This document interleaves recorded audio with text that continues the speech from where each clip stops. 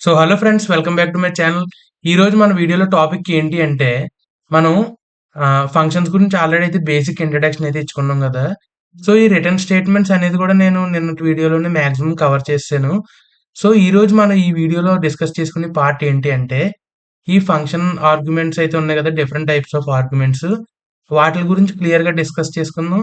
And ఈ return statements అయితే ఉన్నాయి కదా! దాని గురించి ఒక చిన్న ఇన్ఫర్మేషన్ అంటే మల్టిపుల్ రిటర్న్స్ అయితే ఎలా ఇవ్వచ్చు ఫంక్షన్‌లో అనేదైతే మనం పూర్తిగా అయితే ఈరోజు ఈ వీడియోలో అయితే డిస్కస్ చేసుకుందాం. సో, ముందుగా మీరేం చేస్తారు అంటే, ఇక్కడ ఆన్‌లైన్ పైథాన్ కంపైలర్ అయితే కనబడుతుంది కదా! అదైతే ఓపెన్ చేసుకోండి. అదైతే నేను ఆల్రెడీ ఓపెన్ చేసి అయితే పెట్టానిక్కడ. మనకైతే ఎలాంటి ల్యాగ్ అవ్వకూడదని. ఇక్కడ నేను ఆల్రెడీ ఇక 3 టైప్స్ ఆఫ్ ఆర్గ్యుమెంట్స్ అయితే ఉంటాయన్నమాట మనకి. పొజిషనల్ ఒకటి, కీవర్డ్ ఆర్గ్యుమెంట్స్ ఒకటి, డిఫాల్ట్ ఆర్గ్యుమెంట్స్ ఒకటి.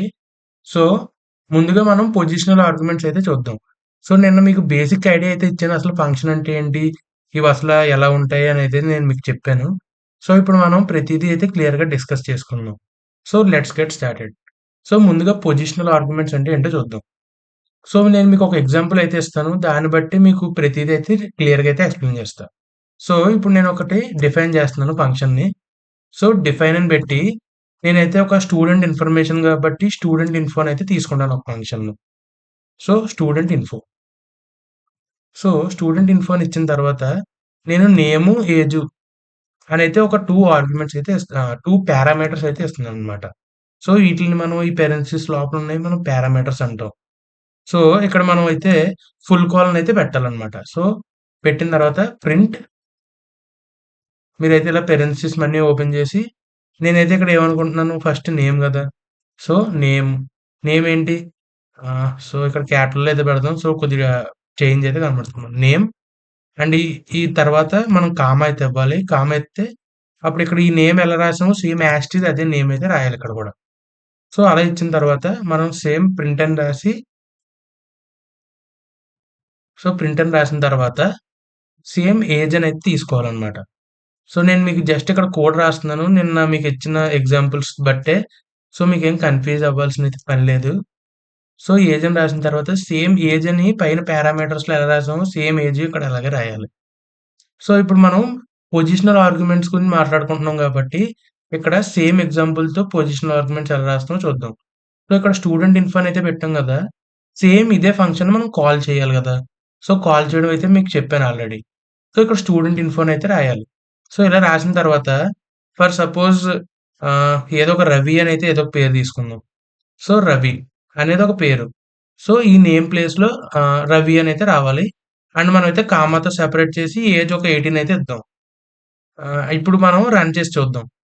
దీన్ని మనం పొజిషనల్ ఆర్గ్యుమెంట్స్ అని అయితే అంటాం. ఈ పొజిషనల్ ఆర్గ్యుమెంట్స్ అంటే ఏంటంటే, మనం ఇక్కడ నేము, ఏజ్ అని అయితే ఇచ్చాం గదా! సేమ్ నేము, ఏజు సేమ్ అదే ఆర్డర్‌లో అయితే ఇవ్వాలన్నమాట. పారామీటర్స్ ఇచ్చేటప్పుడు. పారామీటర్స్ ఆర్డర్‌లో ఎలా ఉన్నాయో, సేమ్ ఈ ఆర్గ్యుమెంట్స్ కూడా సేమ్ అదే ఆర్డర్‌లో అయితే ఇవ్వాలి. మీకు అర్థమైందని అనుకుంటున్నాను. ఇప్పుడు రన్ చేసి చూద్దాం. ఇప్పుడు రన్ చేసినప్పుడు నేమ్ రవి, ఏజ్ అయితే 18 అని అయితే వచ్చింది. సేమ్ ఇదే ఎగ్జాంపుల్‌తో మనం ఇప్పుడు ఏం చేద్దామంటే కీవర్డ్ ఆర్గ్యుమెంట్స్ అయితే ప్రింట్ చేద్దాం. సేమ్ ఇప్పుడు ఇదే కాపీ అయితే చేసుకుంటున్నాను నేను.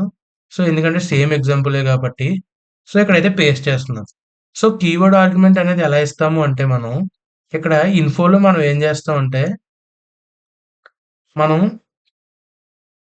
స్పెసిఫిక్ పారామీటర్స్ అయితే ఇవ్వాలి. నేమ్స్, పారామీటర్ నేమ్స్ కానీ ఆర్డర్ అయితే అక్కర్లేదు. కానీ మనం ఈక్వల్‌తో అయితే పెట్టాలి. అంటే ఇప్పుడు ఇది అని మనకైతే తెలిసేలా పెట్టాలి. అంటే ఇప్పుడు ఎలాగో చెప్తాను చూడండి. ఇప్పుడు ఏజ్ ఈక్వల్ టు 17 అనైతే పెట్టాలి. ఇది మనం ముందు పెట్టినా, వెనక పెట్టినా అయితే పెద్ద ఫరక్ పడదు. ఎందుకంటే సేమ్ అంటే మనం ఈక్వేట్ చేస్తున్నాం కాబట్టి. అంటే ఏజ్ అనేది 17 అని చెప్పి మనం చెప్తున్నాం కాబట్టి ఇక్కడ అవసరం లేదు. ఈ ముందు దాంట్లో చూసారనుకోండి మనమైతే అలాగ ఏం చెప్పలేదు. ఈ ఆర్డర్‌లో పెడితే దానికి తెలుస్తుంది. ఓహ్! ఇది నేము అండ్ ఇది ఏజ్ అని. కానీ ఇక్కడైతే మనం ఇలా ఈక్వల్ టు చేసి చెప్పడం వల్ల దానికి అర్థమవుద్దనమాట అప్పుడు. మనం అప్పుడు రివర్స్‌లో ఇచ్చినా కూడా దానికి క్లియర్‌గా అయితే ఉంటది. ఇక్కడ రవి అని అయితే రాస్తాం సేమ్. ఇప్పుడు కూడా మనకు సేమ్ అవుట్‌పుటే వస్తది రన్ చేసి చూస్తే. చూసారు కదా! సేమ్ నేమ్ రవి, ఏజ్ ఏమో 18. నేమ్ రవి, ఏజ్ ఇక్కడ 17 ఇచ్చాను కదా! ఇక్కడ ఏజ్ ఇలా 18 ఇచ్చాననుకోండి 18 అనే వస్తది.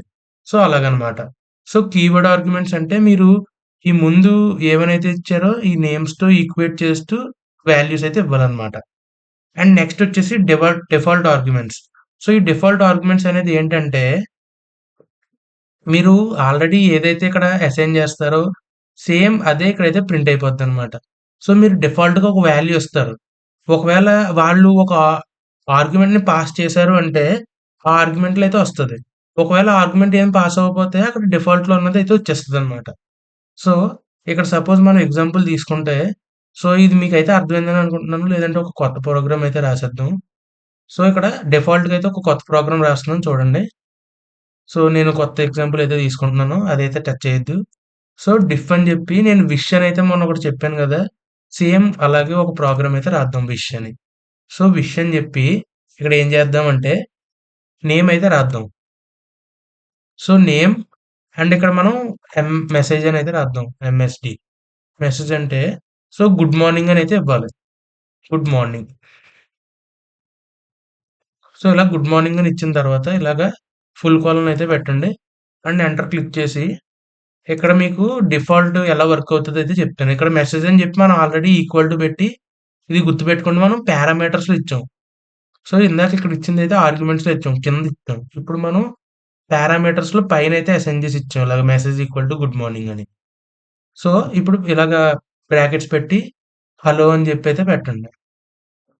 సో, హలో అని చెప్పిన తర్వాత మీరైతే ఇక్కడ కామా ఇచ్చి ఈ ప్లేస్‌లో నేమ్ ప్రింట్ అవ్వాలి. అంటే నేమ్ ఏది పాస్ చేస్తే ఆ నేమ్ అయితే రావాలి. అండ్ ఆ తర్వాత మీరేం చేస్తారంటే ఒక ప్లస్ సింబల్ పెట్టి ఇలాగా బ్రాకెట్స్ పెట్టి సారీ ఇలా కొటేషన్స్ పెట్టి కామా అయితే పెట్టండి. సో, దీనివల్ల ఏంటంటే కామాతో సెపరేట్ అవుద్దనమాట మనకి. అండ్ నెక్స్ట్ వచ్చేసి కామా పెట్టి మెసేజ్ అనైతే ఇవ్వండి. సో, అక్కడ మెసేజ్ అయితే ప్రింట్ అవుద్దనమాట. సో, ఇప్పుడు దీన్ని మనం ఎలా యూజ్ అవుతదో అయితే చూద్దాం. సో, ఇక్కడ మనం ఏమిచ్చాం ఫంక్షన్ నేమ్ విష్ అని అయితే ఇచ్చాం. సో, విష్ అని ఇచ్చిన తర్వాత మనం ఏం చేయాలంటే ఇప్పుడు ఫర్ సపోజ్ ఒక పేరు నా నేమ్ ఇద్దాం చైతు అని. సో, చైతు అని అయితే ఇచ్చాం. సో, దీన్ని రన్ చేసామనుకోండి, ఇక్కడ మనమైతే ఏమి ఇవ్వలేదు. సో, డిఫాల్ట్‌గా ఏముంది గుడ్ మార్నింగ్ అనైతే ఉంది. So, hello Chaitanya good morning అనైతే వస్తుంది. సో, ఫర్ సపోజ్ ఇక్కడ ఈ మెసేజ్ నాకు గుడ్ మార్నింగ్ వద్దు. అది ఈవెనింగ్. గుడ్ ఈవెనింగ్ అనైతే కావాలి. సో, మనం ఏం చేస్తామంటే ఇక్కడ విష్ చైతన్య అని చెప్పి ఇచ్చి పక్కనే గుడ్ ఈవెనింగ్ అనైతే కూడా ఇస్తామనమాట. సో, ఎలాగో చూపెడతాను చూడండి. సో, ఇలా చైతన్యాన్నిచ్చి, కామా ఇచ్చి మీరైతే గుడ్ ఈవెనింగ్ అనైతే కావాలని అనుకుంటున్నారు. సో, గుడ్ ఈవెనింగ్ అనైతే పెట్టండి. So, good evening.